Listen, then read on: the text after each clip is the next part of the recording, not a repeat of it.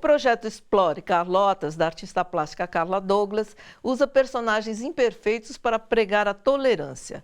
Por meio da linguagem artística, ela desconstrói o mundo perfeito para abordar conceitos como diversidade, aceitação e empatia. Desenhar um mundo mais colorido e divertido. Um mundo onde ninguém é melhor que ninguém. Todos têm os mesmos direitos. Aqui os personagens têm olhos desproporcionais, cabelos e pele coloridos, nenhuma estatura física pré-estabelecida. Esse é o mundo de Carlotas, criado a partir da ideia da artista plástica Carla Douglas, que desde pequena tenta desconstruir o que se acredita ser o perfeito. Eu desenho já o desconstruído, eu desenho o imperfeito, e o imperfeito, na verdade, ela é uma palavra muito forte, que remete ao negativo muito. Porque a gente vive numa sociedade onde todo mundo busca o perfeito. Ninguém busca o imperfeito. Ninguém quer ser imperfeito. Mas, no fundo, se são muitos os perfeitos, são muitos os imperfeitos também. Carlotas é uma organização social que desde 2012 realiza oficinas com crianças, jovens e adultos, inspirando transformações no mundo real. Por meio da arte e atividades lúdicas, as idealizadoras do projeto trabalham temas como tolerância, aceitação e respeito. Quando a gente começa a trabalhar o respeito e a empatia, principalmente, a gente tem a oportunidade de criar relações melhores. E quando a gente cria relações melhores, a gente sabe que a gente pode transformar o mundo, transformar as coisas positivamente. Carla mora há 7 anos nos Estados Unidos e de lá toca o projeto junto com a Fabiana, que fica aqui no Brasil, e a Xará Carla, que mora na Alemanha. Juntas, elas mantêm o site e trabalham os temas nos respectivos países. Surgiu um evento que a Fundação BMW apresentou lá na cidade de Munique, que foi um evento que reuniu quase 200 instituições, e eu subi lá e contei o que a gente fazia, o que era Carlotas, esse negócio de trabalhar empatia, de ensinar as habilidades socioemocionais para as crianças, e saí de lá com um prêmio. Eu falei, puxa, com isso a gente tem que fazer acontecer aqui, é um sinal. Nos 3 países, Carlotas já atingiu 1.300 crianças e 500 adultos, a maioria brasileiros. Para ajudar a difundir o projeto, outras 15 pessoas estão espalhadas pelo país, a maior parte educadores. O feedback dos professores sobre a necessidade que eles tinham de alguém que falasse desses temas era imensa. Foi quase que, como que ninguém está fazendo isso ainda, sabe? Porque na escola, como que a gente trata o respeito? Quando que o respeito aparece? Quando o desrespeito aparece. Então, quando a briga acontece, quando o bullying, não sei, aí o professor coloca o respeito. Não pode desrespeitar, você tem que respeitar todo mundo. E foi daí, então, que a gente percebeu que se a gente viesse do contrário, né? E se a gente trouxesse o respeito antes que o desrespeito aparecesse, como seria? Nesse mundo que eu queria morar, todo mundo é imperfeito. Vocês perceberam que todo mundo tem um pouquinho de imperfeito? Sim. Perceberam? E nesse mundo, todo mundo sabe que é imperfeito. O mundo que a gente mora aqui, ó, nesse mundo, as pessoas escondem as imperfeições.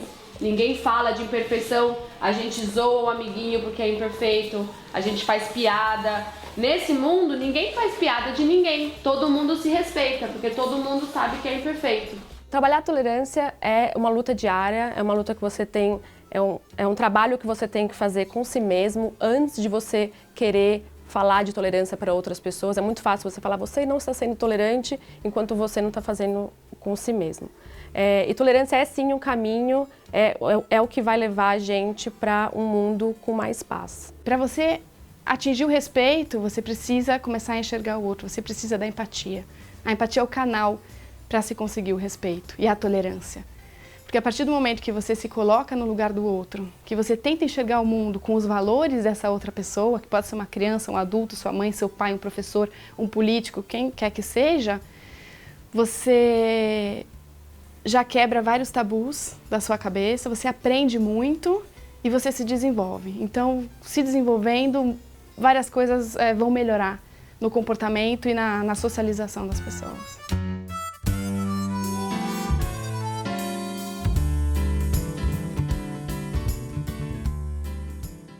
É próprio do ser humano rejeitar o que é diferente. Rosane, é possível aprender a ser tolerante e a aceitar a diversidade?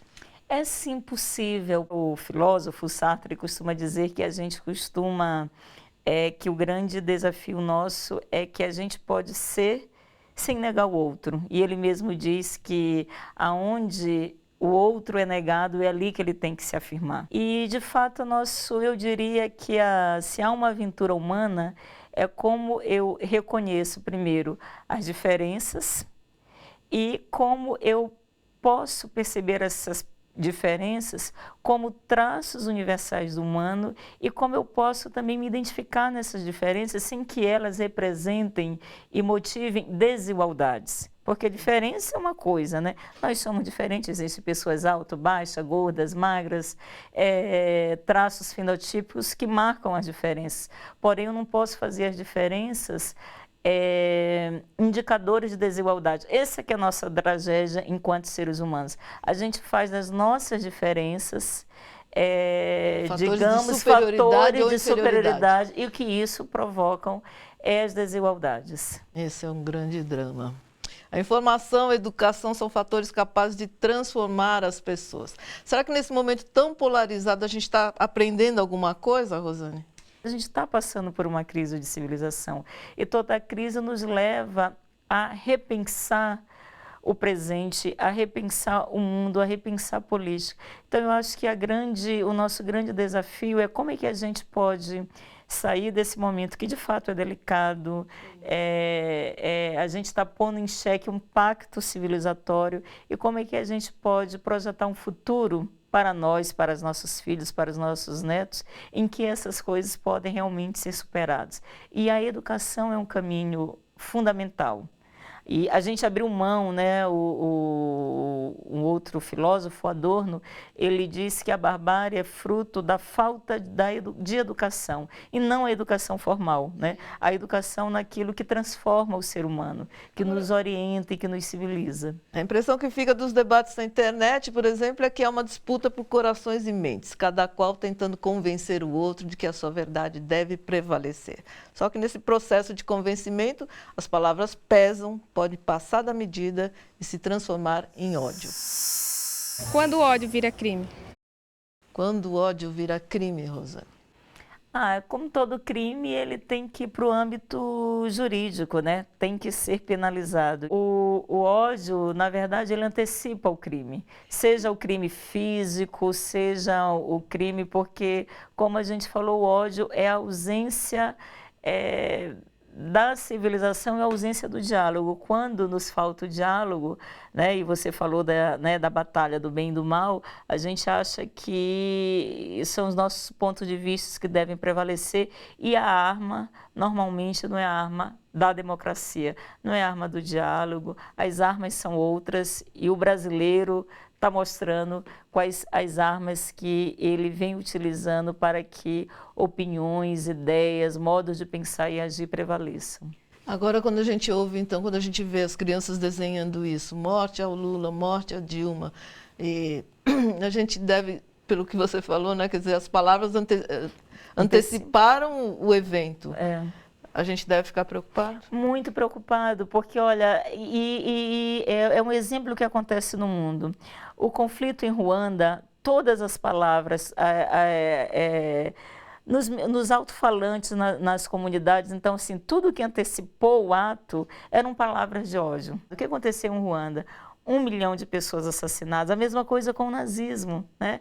Os judeus, eles são a escória da sociedade, então sempre se verbaliza e a verbalização, a gente deve acender todos os sinais amarelos para elas, porque algo de muito ruim, de muito perigoso para a humanidade pode acontecer e a gente está nesse momento no Brasil. A gente pode acordar com tragédias inomináveis, porque as palavras estão antecipando atos bárbaros, vindo de crianças, de adultos, o que é muito perigoso para o país, para a nação e para a civilização, né? Quer dizer, essa beligerância toda não é exclusividade nossa? Não é exclusividade nossa. Isso está no mundo, inclusive, né? Há que se dizer.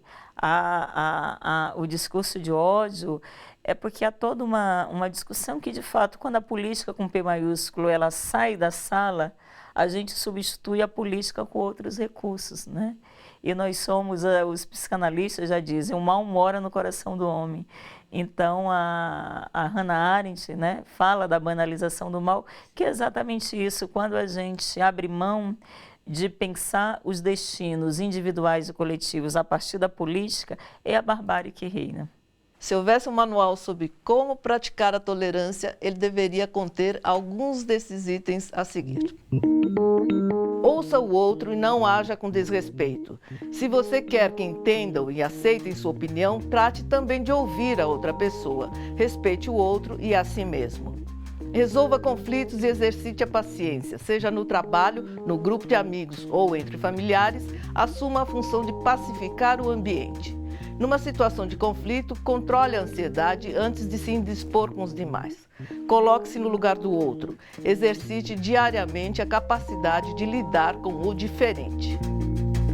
Bom, Rosane, eu quero agradecer muito a sua presença aqui e gostaria que você dissesse alguma coisa, desse uma esperança para a gente nesse tempo tão conflituado que a gente está vivendo. Olha, eu que agradeço a minha participação e eu costumo dizer que sigo a receita do Antônio Gramsci, né, o grande teórico italiano, que ele sempre dizia que a gente tem que ser pessimista na análise e otimista na ação.